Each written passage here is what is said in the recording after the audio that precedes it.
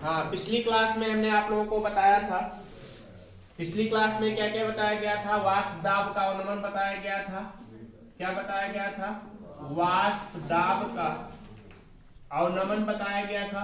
वाष्प दाब के अवनमन के बाद वाष्प दाब का अवनमन क्या बताया गया था? जब किसी शुद्ध विलायक में कोई अवाष्पशील विलेय पदार्थ घोल दिया जाता है तो उसका वाष्प दाब क्या हो जाता है?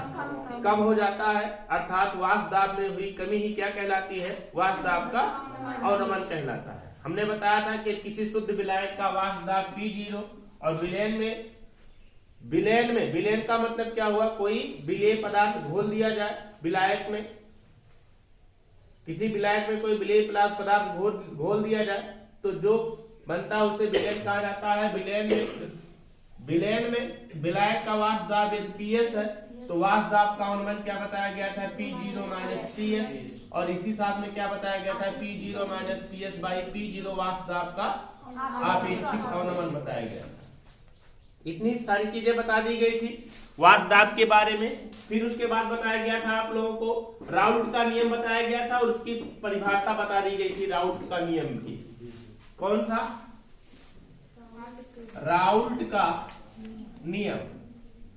राउल्ट के नियम में क्या बताया गया था? बहुत आसान सा, आपको पहले ही बताया गया, small n by small n plus capital N। ये क्या है? विलेय में उपस्थित विलेय का मोल प्रभाज। मोल फ्रैक्शन है किसका?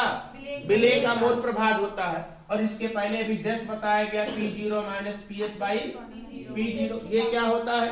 वाष्प दाब का अपेक्षिक अवनमन होता है। ये दोनों एक दूसरे के क्या होता है? इक्वल होता है। इसी क्या कहते हैं? राउल्ट का नियम कहा जाता था। राउल्ट के नियम में क्या बताया गया था?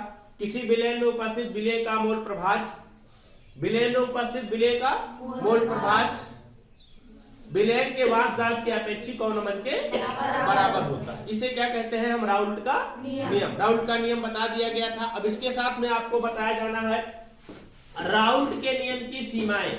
मतलब कि सीमाएं का मतलब समझ सकते हैं कि आप लोग किस प्रकार के विलयन पर राउल्ट का नियम लागू होगा और किस प्रकार के विलयन पर राउल्ट का नियम लागू नहीं होगा। राउल्ट का नियम किस किस प्रकार के विलयन पर लागू होगा और किस प्रकार के विलयन पर राउल्ट का नियम लागू नहीं होगा, यही बताया जाना है। तो हेडिंग बनाइए, राउल्ट के नियम की सीमाएं। राउल्ट के नियम की सीमाएं।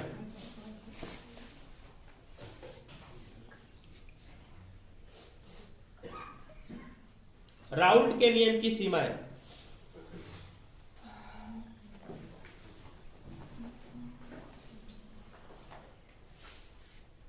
देखिए पहली सीमा,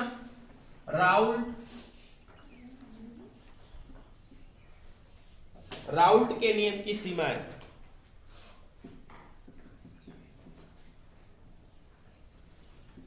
राउल्ट के नियम की सीमाएं,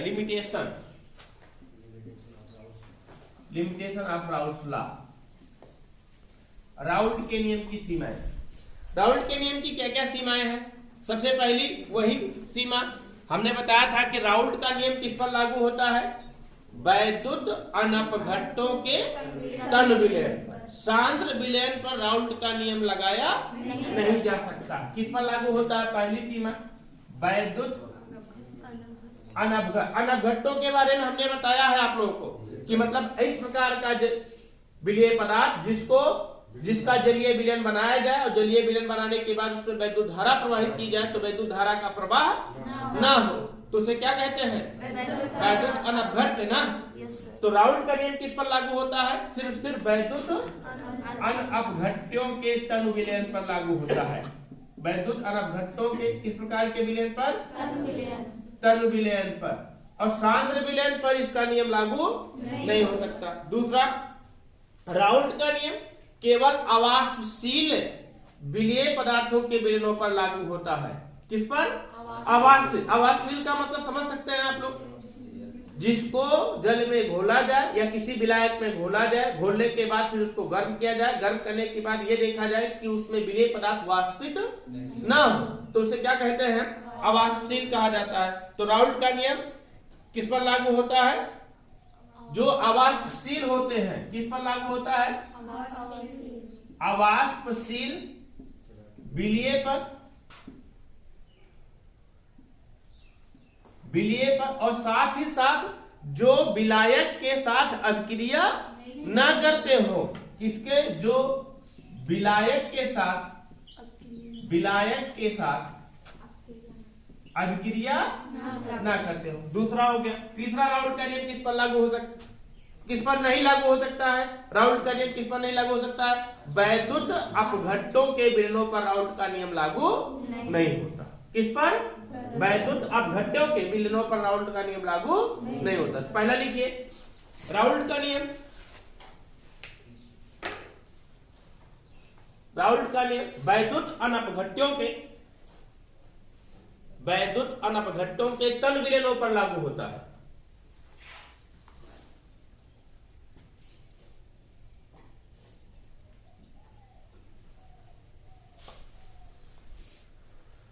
तन विलयनों पर लागू होता है।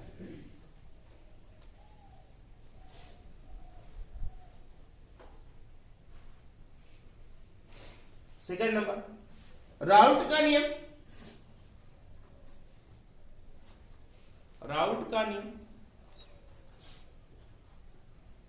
उन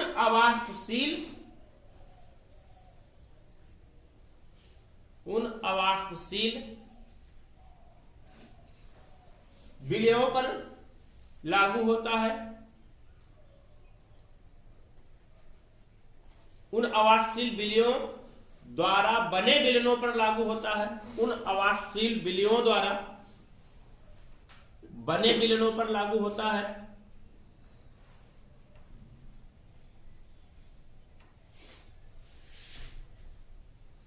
जो विलायक के साथ अभिक्रिया नहीं करते हैं।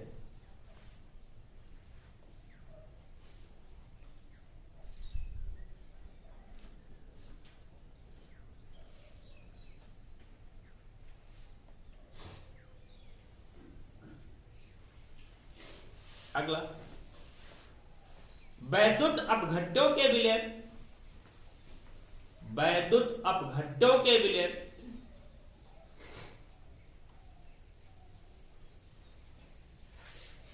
राउल्ट के नियम से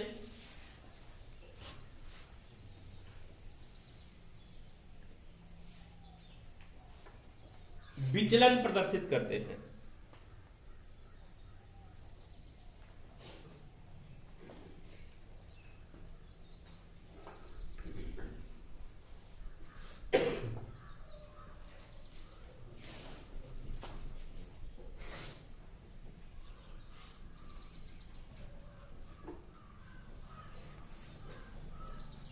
राउल्ट के नियम की सीमाएं समझ गए। अब हेडिंग बनाइए, राउल्ट के नियम द्वारा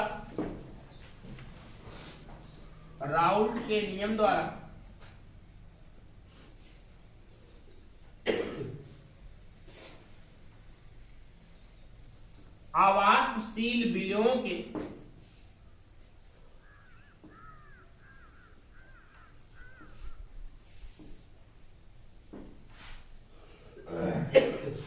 आवासशील विलयों के अणुभारों की गणना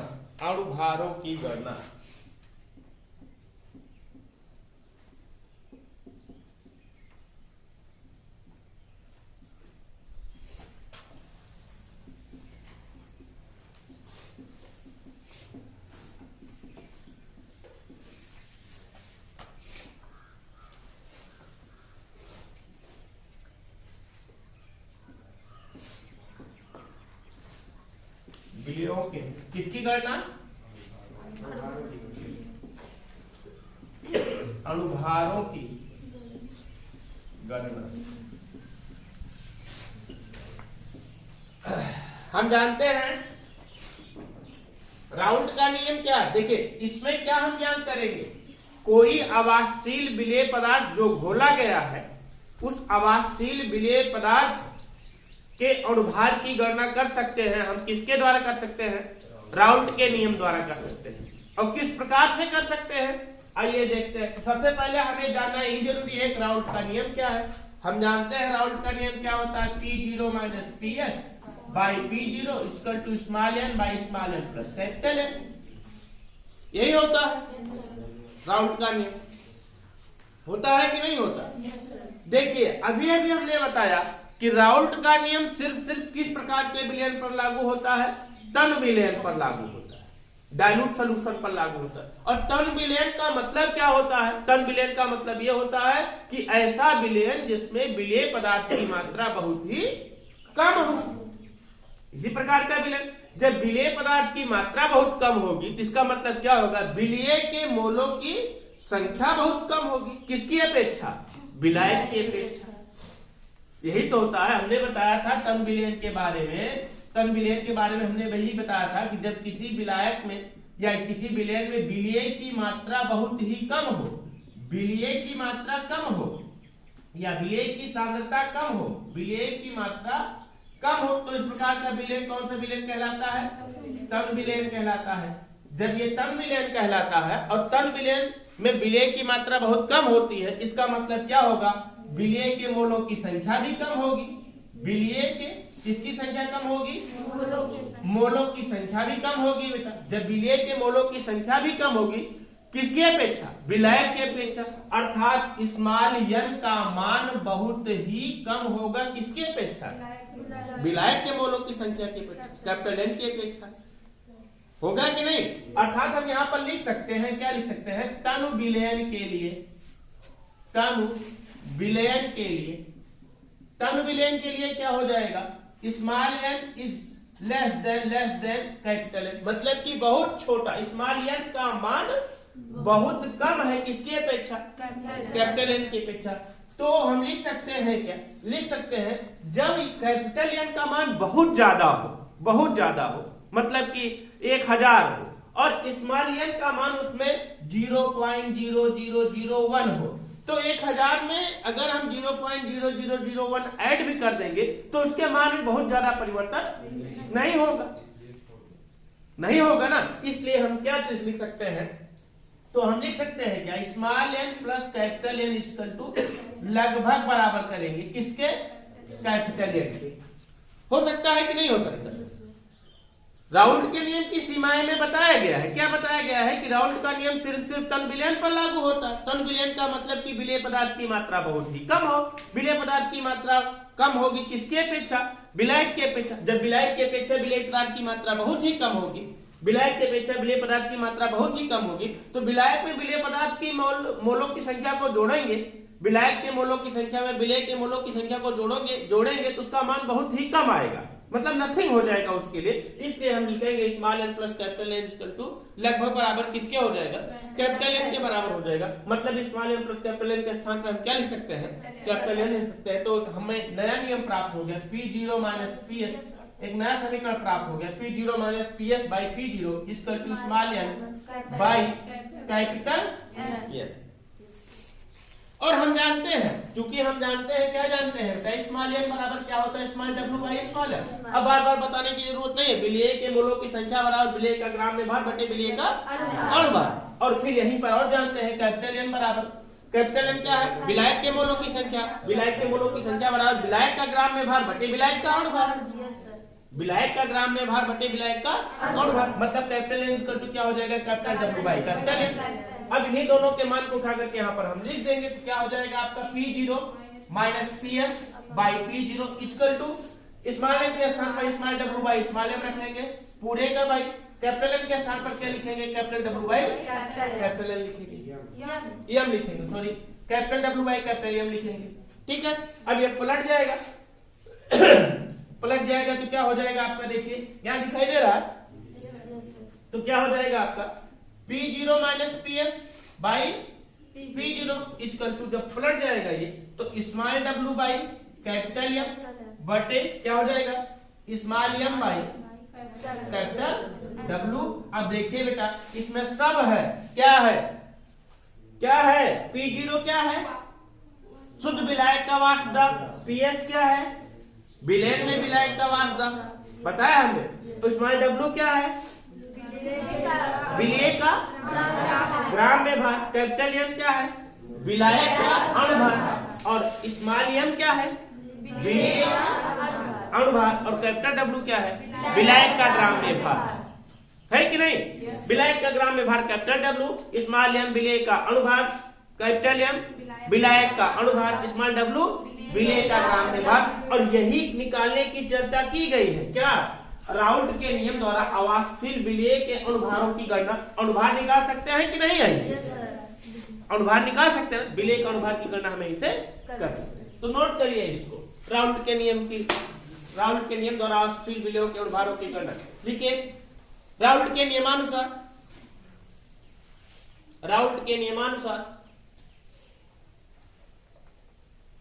लिखिए P0 minus PS by P0 equal to P0 minus PS by P0 equal to small m by small m plus capital M, small m by small m plus capital M।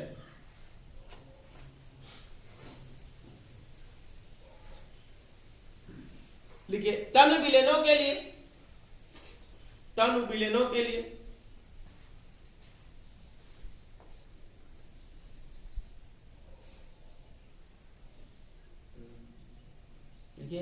तनु विलयन में इसे डायरेक्ट लगा लिखिएगा, फिर लिखिएगा तनु विलयन में विलेय की मात्रा विलायक की अपेक्षा विलेय की मात्रा विलायक की अपेक्षा बहुत ही कम होती है, जिससे तन विलयन में विलेय के मोलों की संख्या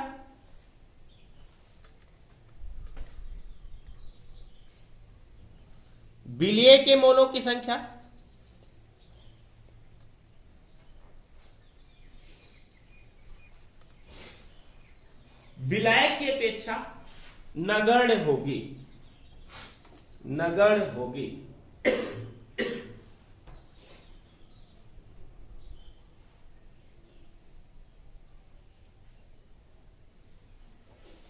अर्थात स्मॉल एम छोटा है किससे? कैपिटल एम से।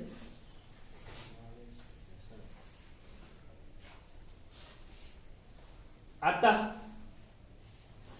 Small N plus capital N बराबर क्या? Capital N. इसलिए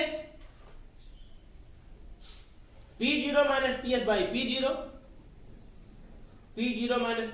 P0 equal to small N by capital. चूंकि स्मॉल एन बराबर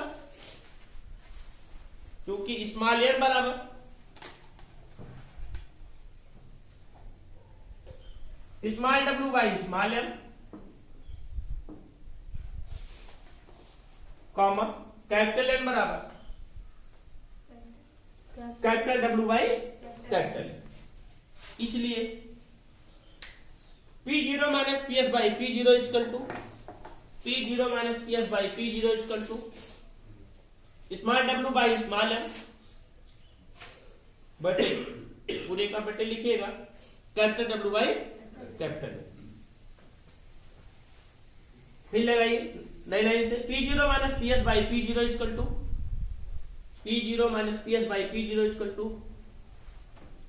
small W into capital M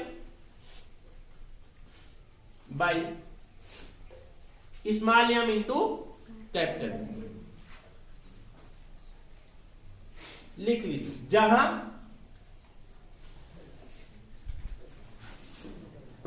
note किए ना पूरा? लिखिए जहां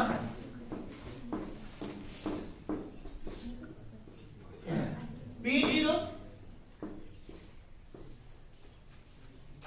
शुद्ध विलायक का वाष्प दाब क्या है? ये शुद्ध विलायक का वाष्प दाब। PS क्या है? बोलो। विलयन में विलायक का वाष्प दाब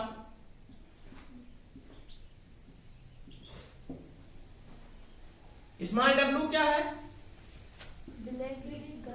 हाँ, विलेय का ग्राम में भार। यहां दिखाई दे रहा है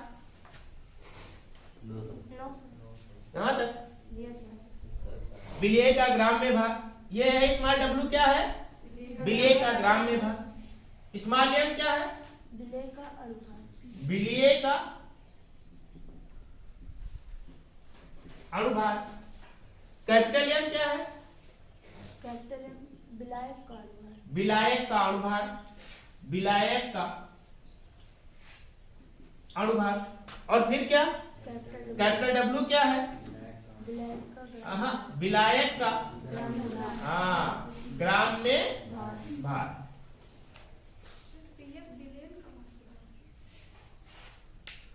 विलेन में विलायक का वाष्पदाब है। पीएस क्या है? विलेन में विलायक का वाष्पदाब है।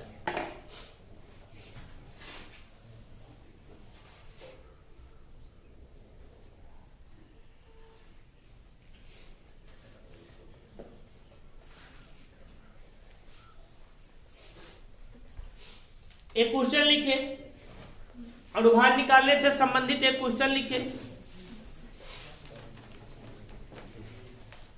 नोट कर लिए इसको आप लोग? हटाएं? हटाएं? अणुभार निकालने से संबंधित एक क्वेश्चन लिखे। लिखिए क्वेश्चन। 18 ग्राम ग्लूकोज को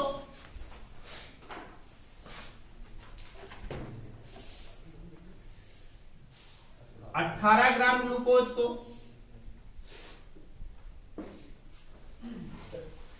100 ग्राम जल में घोलने पर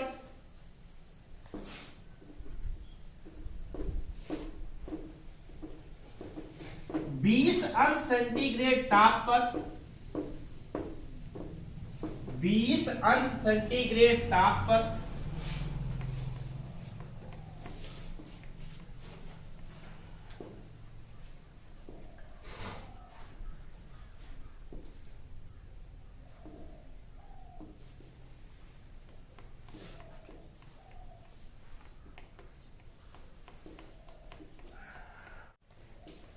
शुद्ध जल का वाष्प दाब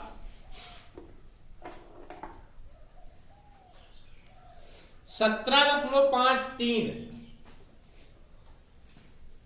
mm से घटकर 17.53 mm से घटकर 17.22 mm हो जाता है।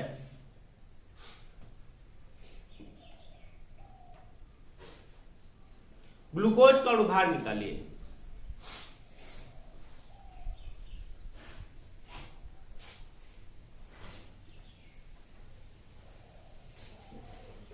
क्वेश्चन को ध्यानपूर्वक समझ जाइए। लिख लिया है क्वेश्चन तो ध्यानपूर्वक समझिए। कह रहे हैं कि 18 ग्राम ग्लूकोज को 100 ग्राम जल में विलीन किया गया है। कितने? 100 ग्राम जल में विलीन किया गया। 18 ग्राम ग्लूकोज को 100 ग्राम जल में विलीन किया गया है। विलीन करने के बाद जब ताप भी दिया गया है, ताप भी मेंशन किया गया है यहाँ पर। जब ताप भी मेंशन किया गया है तो इसका मतलब यह है कि ताप समान है, ताप घट बढ़ नहीं रहा। और इस ताप का मतलब सिर्फ इतना है बस। यहाँ पर इसको किसी फार्मूले में रखने की आवश्यकता नहीं है, ना ही फार्मूले में रखा भी जाएगा। ठीक है, तो कह रहे हैं कि 18 ग्राम ग्लूकोज को 100 ग्राम जल में विलीन किया गया है। 100 ग्राम जल में विलीन करने के बाद क्या किया जा रहा है? 20 अंश सेंटीग्रेड ताप पर उसका वाष्प दाब 17.533 से घट करके 17.22 mm हो जा रहा है। तो ग्लूकोज के अणुभार की गणना कीजिए। इसका मतलब क्या हुआ कि विलेय का ग्राम में भार कितना है? 18 ग्राम। विलेय के ग्राम में भार का मतलब स्मॉल डब्ल्यू। हल कर रहे हैं, सॉल्व कर रहे हैं इसको। स्मॉल डब्ल्यू बराबर कितना? 18 ग्राम। फिर विलायक का ग्राम में भार कैपिटल डब्ल्यू बराबर 100 ग्राम, है ना? है ना? और हमें ज्ञात क्या करना है? ग्लूकोज का अणुभार, मतलब कि जिसको घोला गया है उसका क्या निकालना है? अणुभार निकालना है। किसको घोला गया? ग्लूकोज को घोला गया, उसका अणुभार स्मॉल एम के मान की हमें क्या करनी है? गणना करनी है। कैपिटल एम तो हम निकाल ही सकते हैं। कैपिटल एम क्या है? विलायक का अणुभार होता है ना। और विलायक है क्या आपका जल H2O, और H2O का अणुभार क्या होगा 18 होगा। कैसे निकालेंगे 2 × 1 + 16 बराबर कितना हो जाएगा 18 हो जाएगा। अब फिर देखिए जब जल में 18 ग्राम ग्लूकोज घोला नहीं गया था तब जल शुद्ध था और उस शुद्ध जल का वाष्प दाब दे दिया गया है।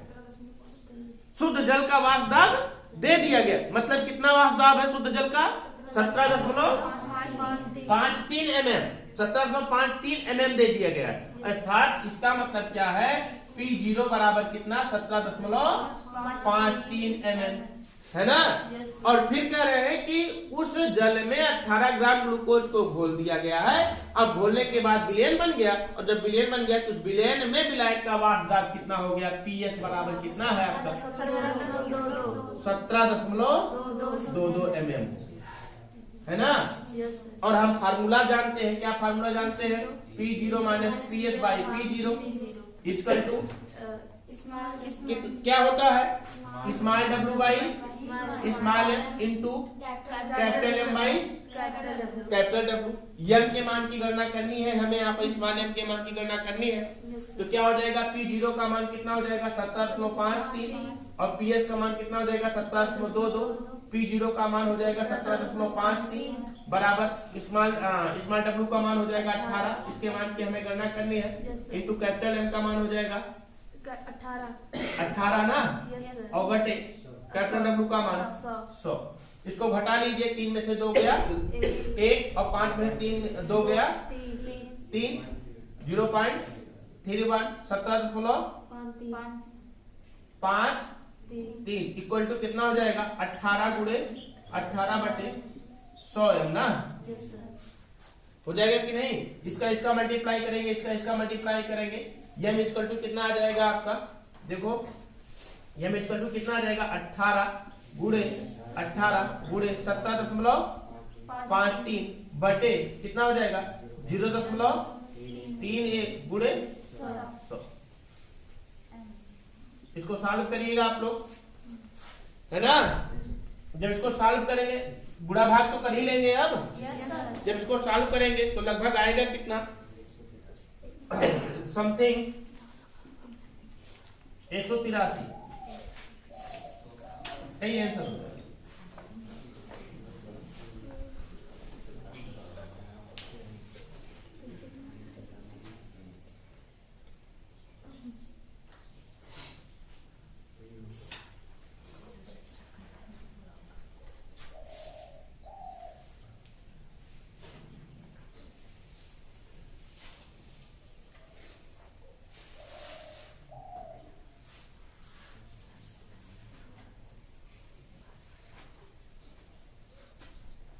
नोट किए इसको, नोट करो।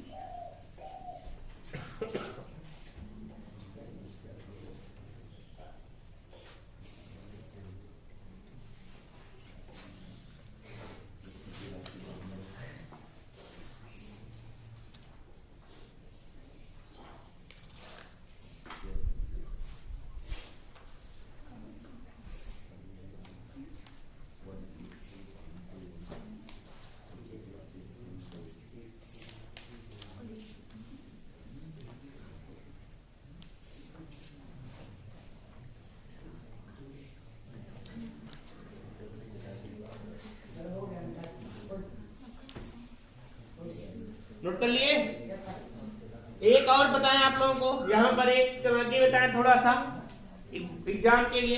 यदि विलेय पदार्थ के बारे में दिया गया है कि विलेय पदार्थ क्या है, जैसे इसमें क्वेश्चन में साफ साफ कह दिया गया विलेय पदार्थ कौन सा है, ग्लूकोज है, उसी का अणुभार निकालना है तो मान रख करके सब कुछ करते चले जाइए और वहीं पर ग्लूकोज का अणुभार लगभग रख दीजिए। एक्चुअल में ग्लूकोज का अणुभार होता है कितना 180 होता है, 180 होता है, लेकिन इससे 1-2 पॉइंट आगे बढ़ा करके रख दीजिएगा, लेकिन दिया होगा तब। लेकिन अगर क्वेश्चन में ऐसा कहा गया होगा किसी विलेय पदार्थ को अगर क्वेश्चन में इस तरीके से बोला गया होगा कि 18 ग्राम किसी विलेय पदार्थ को 100 ग्राम जल में मिलाया, 100 ग्राम शुद्ध जल में घोला गया है, तो किसी का मतलब तो पता नहीं है। लेकिन अगर ये कहा जाएगा कि ग्लूकोज को घोला गया है या सुक्रोज को घोला गया है या एथिल अल्कोहल को घोला गया है, तो इसका मतलब क्या हो जाएगा, आपको पहले अनुभाग पता चल जाएगा, है ना। चलिए अब अगला टॉपिक आप लोगों को पढ़ना है। अब इसमें अंतर्गत दो टॉपिक और बचे हुए हैं। एक बच्चा है आपका क्वथनांक का उन्नयन और दूसरा बच्चा है हिमांक का अवनमन। शुरू कर देते हैं क्वथनांक का उन्नयन। क्वथनांक का उन्नयन शुरू कर देते हैं। बहुत मोस्ट इंपॉर्टेंट टॉपिक है। क्वथनांक के उन्नयन से न्यूमेरिकल पूछे जाते हैं।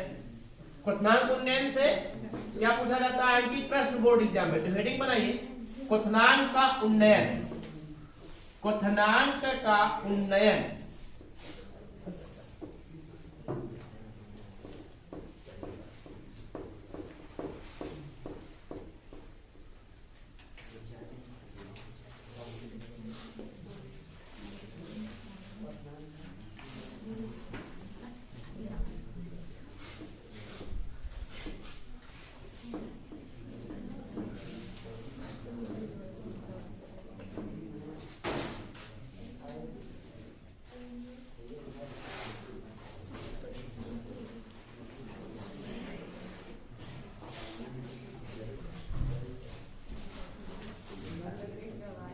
क्वथनांक का उन्नयन।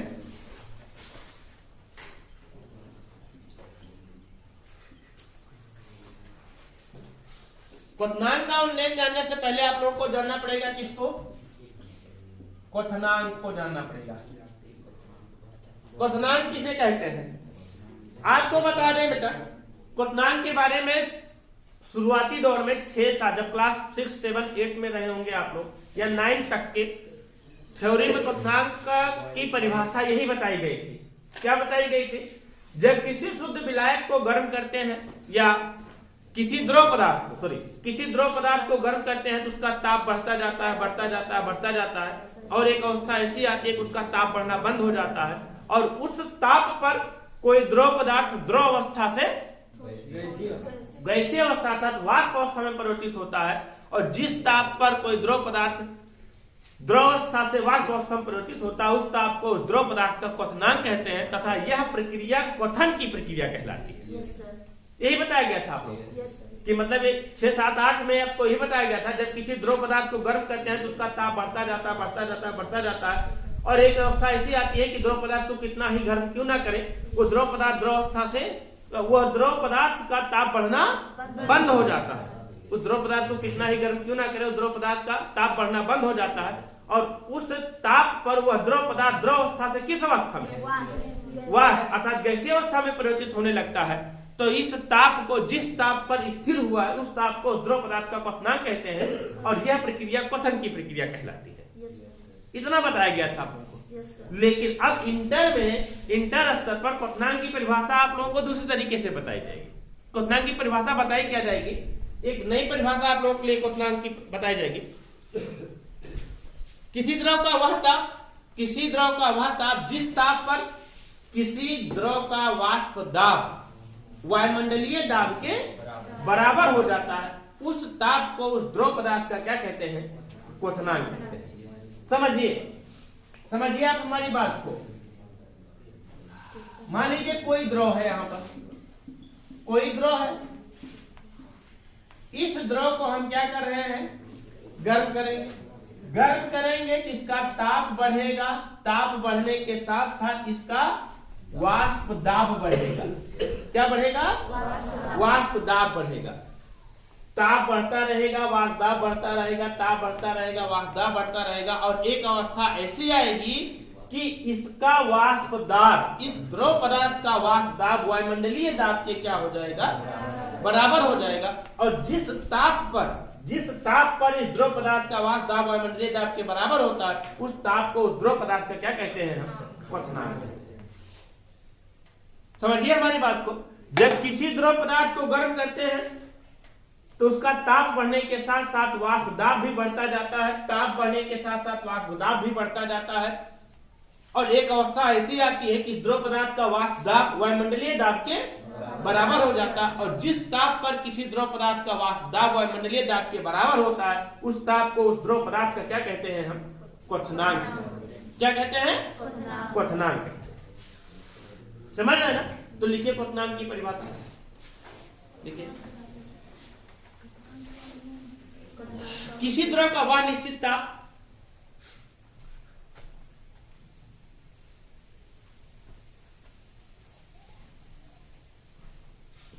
किसी द्रव का वह निश्चित ताप जिस ताप पर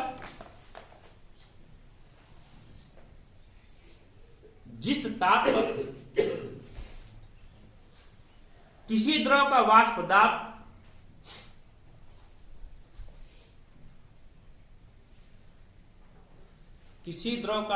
दाब वायुमंडलीय दाब के बराबर होता है, वायुमंडलीय दाब के बराबर होता है, उस ताप को उस द्रव पदार्थ का क्वथनांक कहते हैं।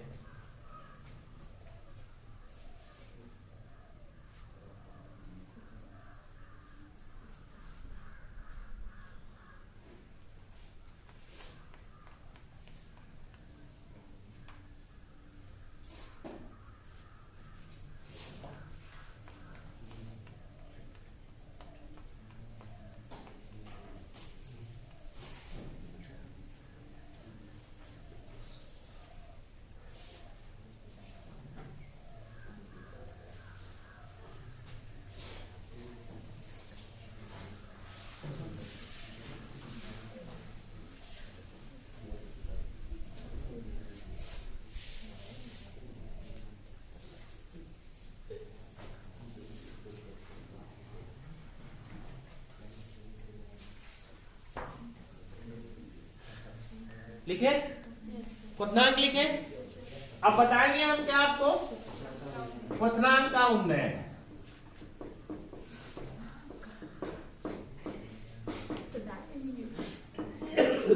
क्वथनांक का उन्नयन किसे कहते हैं?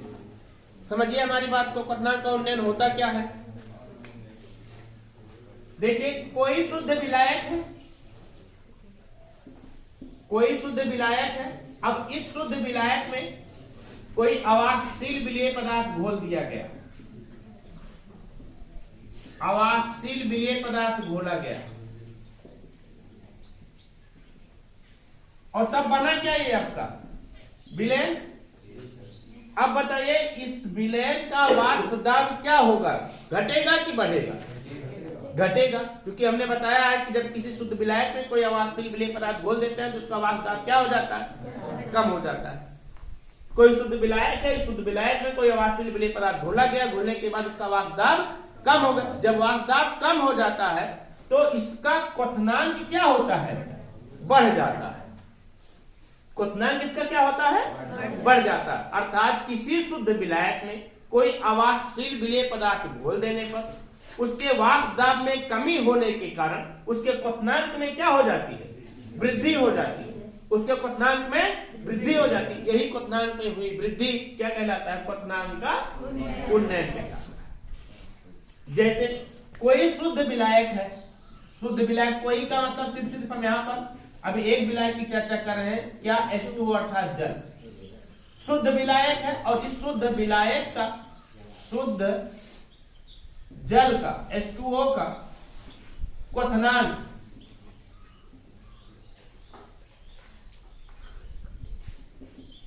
कितना है? 100 सेंटीग्रेड। कितना है? 100 सेंटीग्रेड है। अब इसमें अवाष्पशील विलेय पदार्थ घोल दिया गया, अवाष्पशील विलेय पदार्थ घोल दिया गया। अब इसका क्वथनांक क्या हो गया? बढ़ गया। कितना हो गया? 100.51 अंश सेंटीग्रेड हो गया। 100.51 अंश सेंटीग्रेड हो गया। तो क्वथनांक में वृद्धि कितने की हुई है? 0.51 डिग्री सेंटीग्रेड की वृद्धि हुई है कि नहीं हुई है? तो यही क्वथनांक में हुई वृद्धि क्या कहलाता है? क्वथनांक का उन्नयन कहलाता है। समझ गए ना? क्या कहलाता है? क्वथनांक का उन्नयन। मतलब कि जब किसी शुद्ध विलायक में कोई अवाष्पशील विलेय पदार्थ घोला जाता है, किसी शुद्ध विलायक में कोई अवाष्पशील विलेय पदार्थ घोला जाता है, तो वाष्प दाब कम हो जाता है। वाष्प दाब कमी होने के कारण उसके क्वथनांक में क्या होती है? वृद्धि होती है। क्वथनांक में हुई वृद्धि क्या कहलाती है? क्वथनांक का उन्नयन कहलाती है। यदि किसी शुद्ध विलायक का क्वथनांक T0 है, किसी शुद्ध विलायक का क्वथनांक कितना है? T0 है, और विलयन का क्वथनांक, विलयन बनाने के बाद उसका क्वथनांक क्या हो जाएगा? T हो जाएगा। कितना हो जाए? T हो जाए। तो क्वथनांक का उन्नयन बराबर क्या हो जाएगा? क्वथनांक का उन्नयन इक्वल टू क्या हो जाएगा? क्वथनांक का उन्नयन डेल्टा टी, क्वथनांक का उन्नयन डेल्टा टीवी इक्वल टू क्या हो जाएगा? क्वथनांक का उन्नयन डेल्टा टीवी इक्वल टू क्या हो जाएगा? बोलो। T माइनस T0 होगा। T माइनस T0 होगा। T minus T0।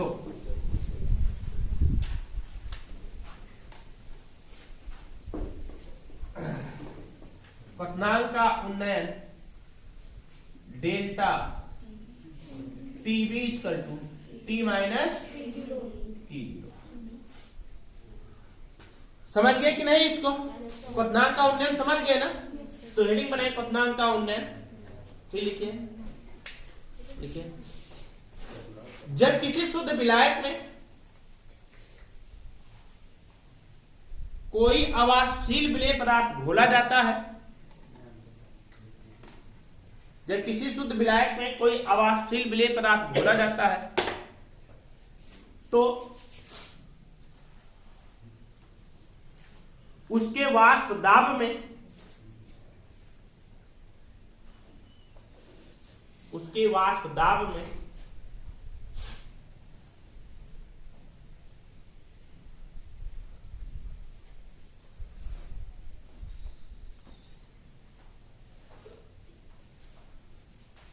क्या होती है?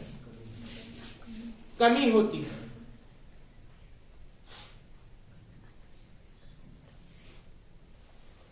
वाष्प दाब में कमी होने के कारण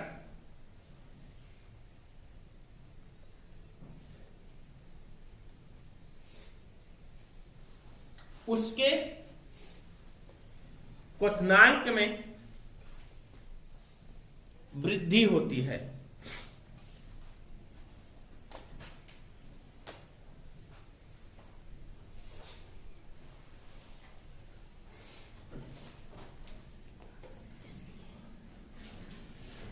क्वथनांक में हुई वृद्धि,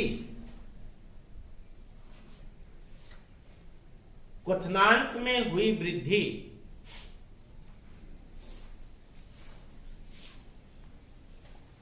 क्वथनांक का उन्नयन कहलाता है।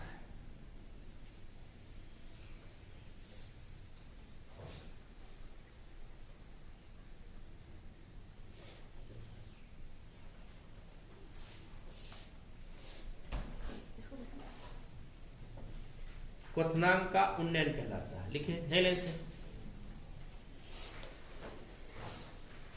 यदि शुद्ध विलायक का क्वथनांक T0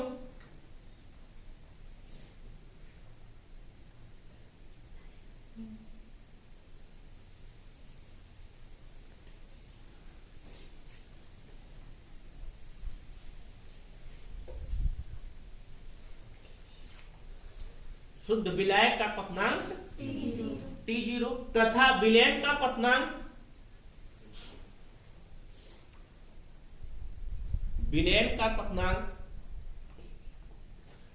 T है, तो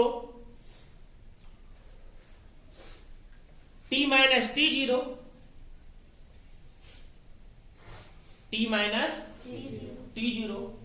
क्या कहलाता है? क्वथनांक का उन्नयन कहलाता है।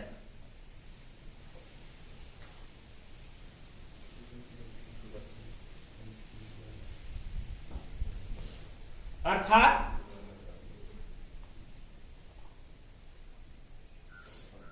क्वथनांक का उन्नयन डेल्टा टीवी इक्वल टू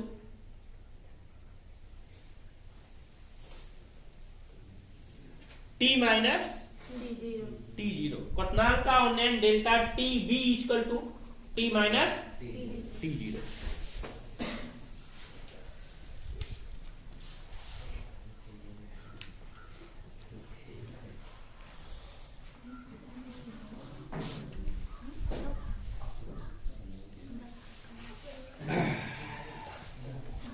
अब हेडिंग बनाइए, क्वथनांक उन्नयन से अनुभार की गणना।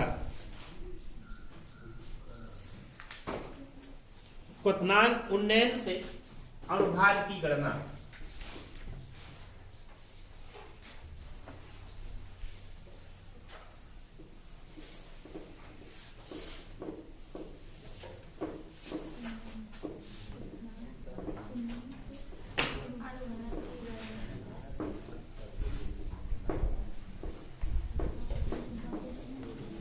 देर हो रही है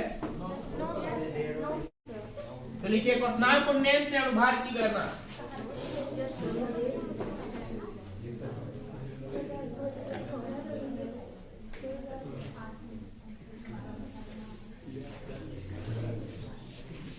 क्वथनांक उन्नयन से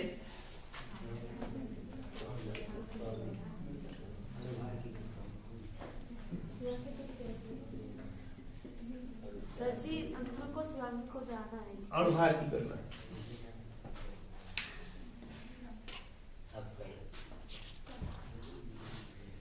चलिए इसे कल और लगेगा, इस टॉपिक में लास्ट रहेगा, इसका लास्ट यूनिट मतलब लास्ट क्लास कल ही रहेगा। क्वथनांक उन्नयन से अनुभार की गणना सिखाएंगे, उसके बाद एक आध दो न्यूमेरिकल इसका बताएंगे। न्यूमेरिकल बताने के बाद फिर आपको बताया जाएगा हिमांक का अवनमन। उम्मीद यह है कि कल ये पूरा चैप्टर आप लोगों का समाप्त हो जाएगा, कल चैप्टर समाप्त।